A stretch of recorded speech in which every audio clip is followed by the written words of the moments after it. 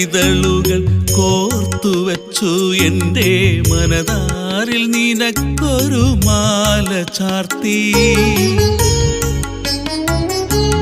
താമര ഇതളുകൾ കോർത്തുവച്ചു എൻ്റെ മനതാരിൽ നിനക്കൊരു മാല ചാർത്തി.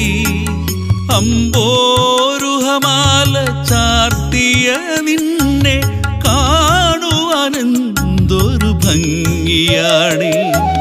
കണ്ണിനും മനസ്സിനും കുളിർമയായി നിൻ രൂപം മനതാരിൽ ശാന്തി തന്നെ വിളക്കാൻ.